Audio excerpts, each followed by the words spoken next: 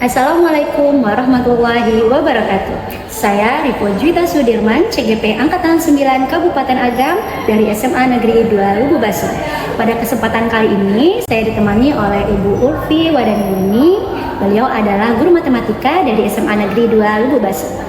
Assalamualaikum Ibu Ulfi. Waalaikumsalam Ibu Rifki. Bagaimana kabarnya Ibu Ulfi? Baik Ibu Rifki. Baik Ibu Ulfi, pada hari ini kita akan melakukan percakapan praobservasi. Nanti saya akan mengamati proses pembelajaran yang akan Ibu lakukan di dalam kelas atau sebelum saya melakukan supervisi kelas. Nah, adapun tujuan dilakukan supervisi adalah untuk mengetahui dan mengevaluasi jalannya proses pembelajaran yang Ibu lakukan.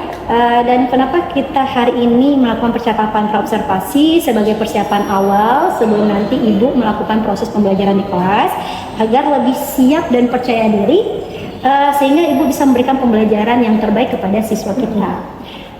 Ada beberapa pertanyaan yang ingin saya sampaikan kepada Ibu. Boleh Ibu Ulfi ya? Yang pertama Ibu Ulfi, untuk pembelajaran Ibu nanti itu kira-kira tujuan pembelajaran apa yang ingin Ibu capai?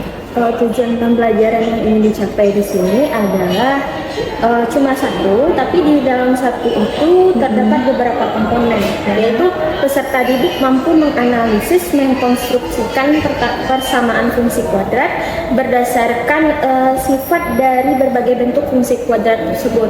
Jadi nanti ada bentuknya berdasarkan diketahui dua titik di sumbu X dan memotong sumbu X, ada yang diketahui titik puncaknya dan ada yang diketahui tiga titik lain atau sembarang.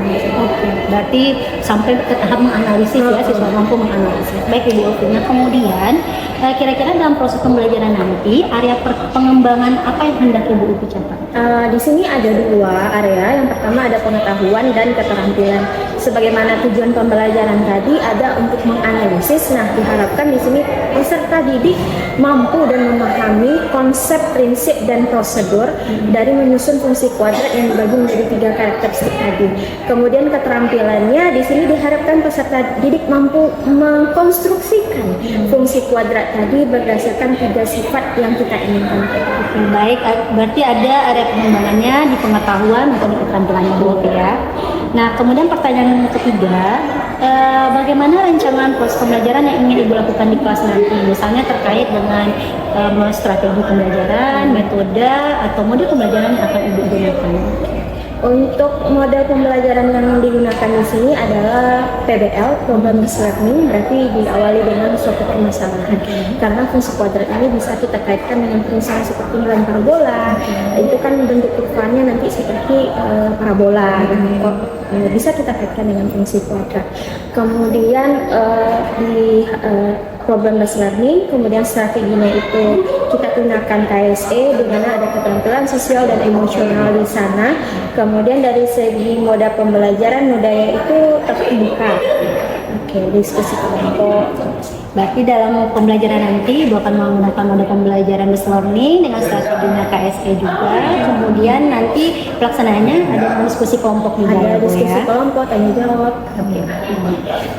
Baik Ibu Ulfi. Nah, berarti kalau media pembelajaran yang Ibu Ulfi pakai apa saja nanti dalam pembelajaran? Kalau di sini saya berfokus pada LKPD. Karena LKPD itu memfasilitasi peserta didik untuk mengkonstruksikan tadi fungsi kuadrat itu, menyusun fungsi kuadrat dalam yang diketahui titik potong sumbu X, titik puncaknya, dan titik semua. Oke, berarti menggunakan LKPD ya Bu Ulfi ya. Baik Ibu Ulfi, nah kira-kira kapan proses pembelajaran ini akan dilakukan? Proses pembelajarannya dilaksanakan pada hari Senin, jam ke-5 sampai jam ke-8. Senin jam ke-5 sampai jam ke-8 di kelas 10 kelas 9 ya berarti. Oke, nah berarti pada hari Senin nanti di kelas 10 9 di jam ke-5 dan sampai jam ke-8 saya akan melakukan observasi atau supervisi di kelas Ibu Ulfi. Nah, nanti saya akan melihat dan mencatat proses pembelajaran yang sudah Ibu Ulfi lakukan Ibu Ulfi ya. Setelah Ibu diobservasi, nanti kita akan melanjutkan lagi dengan percakapan pasca observasi. Nah, itu akan dilangsungkan bersama dengan nanti ada tenaga praktek akan hadir. Jadi kita ada bertiga nanti. Nah, sebelum saya akhiri percakapan kita pada kesempatan kali ini, kira-kira yang Ibu dapatkan dari percakapan kita hari ini apa aja? Pertama kita dapat mendapat gambaran yang lebih tepat ya tentang proses pembelajaran apa yang akan kita lakukan, langkah-langkahnya bagaimana, kita bisa lebih siap ya menghadapi kelas nanti, percaya diri kita mungkin juga lebih di sana karena persiapan kita lebih matang dari biasanya. Nanti akan lebih mematangkan lagi persiapan ke depannya nanti ya. Oke Bu Lutfi, terima kasih untuk percakapan kita di praobservasi kali ini. Sampai bertemu lagi nanti di kegiatan observasi pada hari Senin ya Bu Lutfi ya. Demikianlah percakapan praobservasi, sampai bertemu lagi nanti di kegiatan observasi dan percakapan pasca observasi. Assalamualaikum warahmatullahi wabarakatuh. Terima kasih Bu Lutfi. Assalamualaikum warahmatullahi wabarakatuh. Waalaikumsalam warahmatullahi wabarakatuh. Oke, ada di bawah KPD-nya semua? Ada.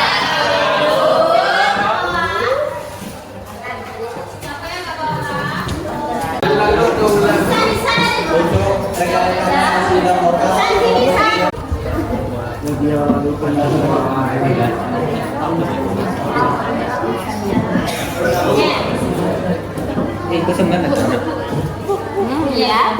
Iya. Nah, baiklah. Siapa yang hadir?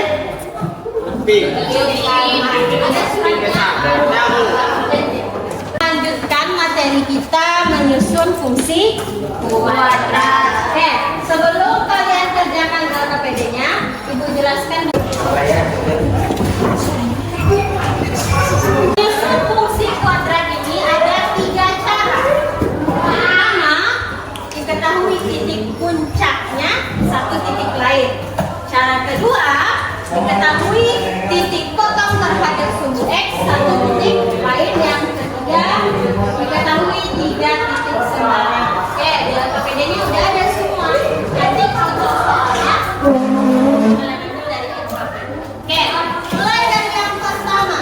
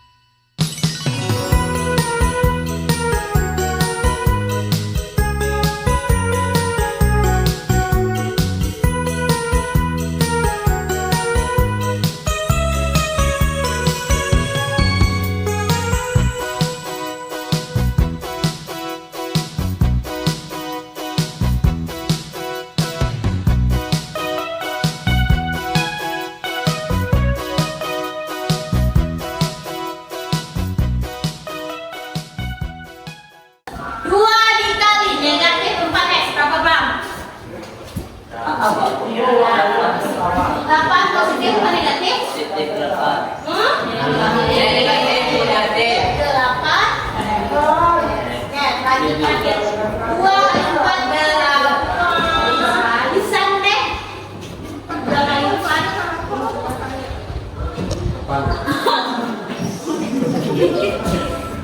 Oke, nah, sampai sini paham nak? Kita jadikan dia ya sama dengan karena kita butuh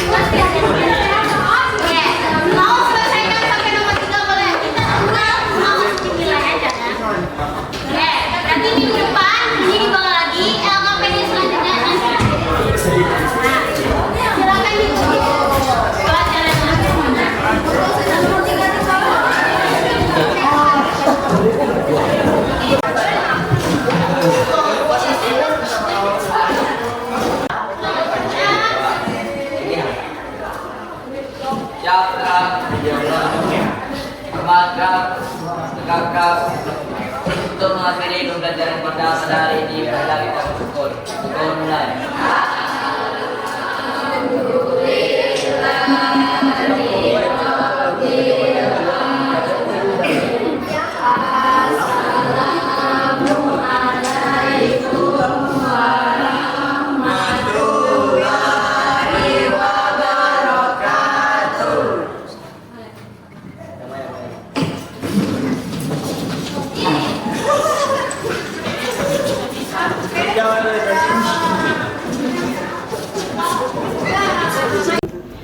Assalamualaikum warahmatullahi wabarakatuh. Berjumpa kembali dengan saya Rifo Juwita Sudirman, CGP Angkatan 9 Kabupaten Agam dari SMA Negeri 2 Lubu Baso.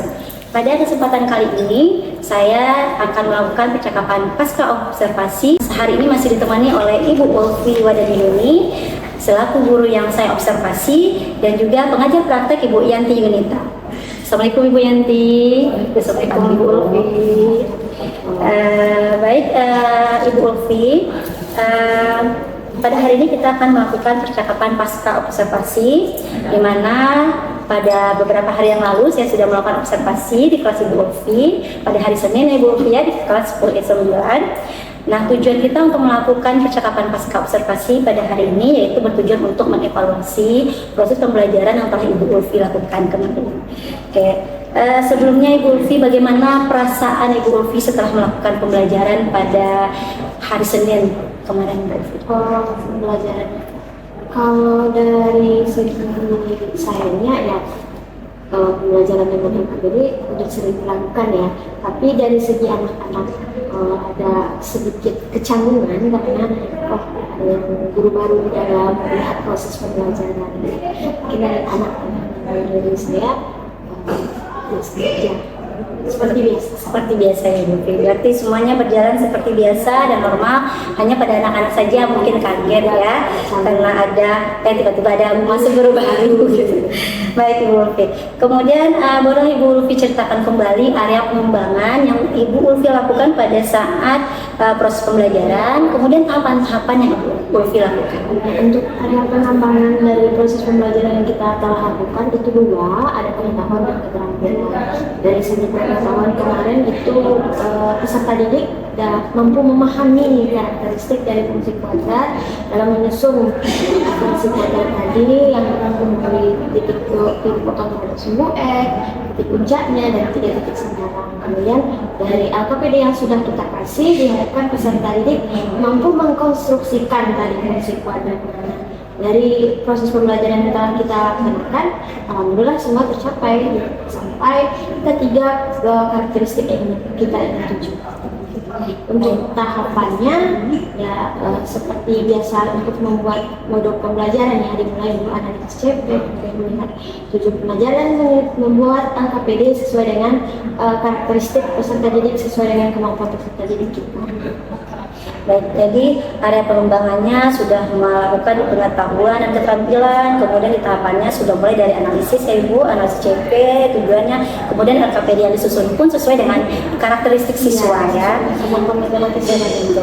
Nah, sekarang dari area pengembangan tadi, secara keseluruhan nih, menurut Ibu Ulfi sejauh mana area pengembangan baik itu pengetahuan ataupun keterampilan yang sudah Ibu laksanakan itu berhasil, sejauh mana kira-kira? Kalau dikategorikan berhasil, semua siswa di sana terlibat, tapi keterlibatan siswa itu tidak semua bisa terlibat dengan kemauan hatinya sendiri. Seperti kita tahu, tidak semua anak yang suka dengan belajar matematika. Ada yang harus dipanggil dulu namanya, gitu kan. Ada yang harus kita bantu juga, padahal dia udah punya kelompok yang udah dibagi berdasarkan tingkat kemampuannya. Ada yang pintar, yang menengah, yang perlu dibantu sekali sudah dibantu, tapi memang kemauannya kurang di sana. Di situ kita harus ya bantu terus. Baik, berarti secara keseluruhan semua siswa sudah terlibat ya Ibu Ulfi dalam pembelajaran, tetapi masih ada ya kendala yang siswa yang tadi yang kurang minat, mungkin harus diajak lagi. Harus diajak. Nah, dari kekurangan atau kendala yang Ibu Ulfi alami ini, selain itu apa saja lagi kendalanya yang kira-kira yang Ibu jumpai? Selain yang tadi yang anak yang mungkin harus diajak dulu baru ini, apa lagi kira-kira? biasa ya kalau peserta didik disuruh bawa KPD ya, KPD dari kenal gitu. Ibu lupa karena udah di print Bu tapi lupa jemput gitu. Permasalahan paling inti ketika kita mau menyiapkan pembelajaran tapi produknya atau alatnya tidak terlengkapi di sana susah gitu. Otomatis dia harus nulis semua isi KPD di kertas lagi kan, jadi waktunya tuh lebih banyak nungguin mereka dulu gitu. Nulis KPD-nya baru diisi lagi, nah itu ya susah. Kalau di berarti ya kelupaan biasa itu anak-anak kadang ada juga lupa. Nah kira-kira menurut Ibu Ulfi bagaimana Ibu Ulfi akan mengatasi kendala-kendala tersebut yang tadi mungkin anak-anak yang kurang banyak tadi, yang kedua anak yang suka lupa itu bagaimana nanti mengatasi hal itu kira-kira ya solusi untuk mengatasi hal itu biasanya kalau dari kerjasama antar murid ya, mereka kan ada grup kelas selain grup digitalnya, minta tolong dengan ketua atau sekretarisnya buat ingatkan lagi teman-temannya untuk membawa KPD-nya gitu kan. Tapi kalau pernah kejadian satu saat ada beberapa anak, kalau 1-2 anak bisa kita printkan di sekolah ya, tapi kalau misalnya ada 5 anak, 1 anak ada 5 lembar di sana, itu kan lumayan, waktunya juga lumayan gitu. Tapi kalau 1-2 anak bisa kita atasi segera dengan bentuk. Tapi kalau banyak mungkin hamil 1 sebelumnya diingatkan lagi. Soalnya nih KPD-nya kan hamil 1. Oke, berarti Ibu Ulfi akan lebih mengingatkan kembali ya nanti untuk kedepannya mengingatkan kembali kepada siswa untuk membawa RKPD dan peralatan pembelajarannya, mengingatkan juga sesama temannya di grup begitu ya. Kemudian kalau ada ya cuma 1 orang siswa ya bisa diperinkan dibantu berarti ya, Ibu Ulfi akan membantu. Nah kemudian Ibu Ulfi untuk rencana ke depan pembelajaran, proses pembelajaran yang akan Ibu Ulfi lakukan apa? Untuk kedepannya rencana proses pembelajarannya supaya pembelajarannya lebih baik lagi daripada yang sebelumnya. Setiap akhir pembelajaran kita tentu melakukan refleksi pembelajaran. Jadi kemarin juga sudah setelah dari kelas dilakukan voting lewat apa saja WA saja grup WA, diberi opsi pembelajaran seperti apa yang diinginkan. Siswa di sana kalau dari siswa dia tetap ingin belajar dengan berkelompoknya, punya kelompok dengan KPD juga, tapi posisi duduknya dirubah gitu. Biasanya duduknya di sudut, jadi pindah ke depan, kemudian lebih diapakan lagi sepertinya karena kalau LKPD-nya seperti itu saja kan kita fokus ke LKPD, mungkin ditambahkan games atau apa nanti di proses pembelajaran nggak itu aja, pelajaran tidak bosan yang Berarti rencana ke depan dari hasil refleksi bersama siswa, Ibu Ulfi juga meminta pendapat dari murid ya. Berarti nanti tetap dengan berkelompok menggunakan LKPD yang lebih bervariasi, mungkin akan menyelipkan games di sana dan mengatur posisi tempat duduk. Nah, kira-kira itu rencananya sangat bagus Ibu Ulfi. Kira-kira kapan rencana tersebut akan mulai dieksekusi ini akan dilakukan? Mungkin habis lebaran nanti ya, gitu. Karena proses pembelajaran kita kan udah selesai di hari ini atau besok ya. Mungkin nanti setelah lebaran nanti dan masuk ke baru, jadi bisa nanti disesuaikan dengan jadwalnya. Oke, baik. Berarti akan dilaksanakan di pertemuan berikutnya setelah lebaran. Memang ya habis ini kita Ramadan lagi gitu ya. Jadi mungkin pertemuannya nanti di bulan April ya Bu Ulfi ya. Baik Bu Ulfi. Baik Bu Ulfi, sungguh menarik ya solusi yang sudah Ibu Ulfi rencanakan ini. Semoga terrealisasi secepatnya dan nanti kita berbincang-bincang lagi tentang ide ini setelah diterapkan, bagaimana hasilnya, apakah ada perubahan yang lebih baik lagi gitu. Baik, pada kesempatan kali ini saya meminta kepada Ibu Yanti Yunita sebagai PP untuk memberikan umpan balik terhadap percakapan pasca observasi yang kita lakukan pada hari ini. Terima kasih dari percakapan pasca observasi tadi terlihat ya dari bagaimana kita pembelajaran dari awal pembelajaran, kemudian melaksanakan mencari metode strategi untuk kedepannya. Mudah-mudahan apa yang disampaikan oleh Ibu Ulfi tadi sudah menjadi pembiasaan bagi kita untuk pembelajaran selanjutnya di sekolah kita, dan semoga lebih ditingkatkan lagi dari kita tetap menuntut ilmu dan mencari pengembangan untuk mengadakan perubahan yang akan kita laksanakan di sekolah kita, karena kita sama-sama ya tergerak dan menggerakkan. Mungkin itu saja umpan balik dari saya sebagai PP. Terima kasih. Terima kasih Ibu Yanti atas umpan balik yang diberikan terhadap percakapan pasca observasi kita pada hari ini. Akhirnya kita sampai di akhir kegiatan supervisi akademik kita, yaitu kita sudah mulai dari percakapan pra observasi, melakukan observasi kelas, dan juga yang terakhir pasca observasi. Nah, sekali lagi saya ucapkan terima kasih kepada Ibu Ulfi dan juga Ibu Yanti, dan saya akhiri dengan Assalamualaikum warahmatullahi wabarakatuh.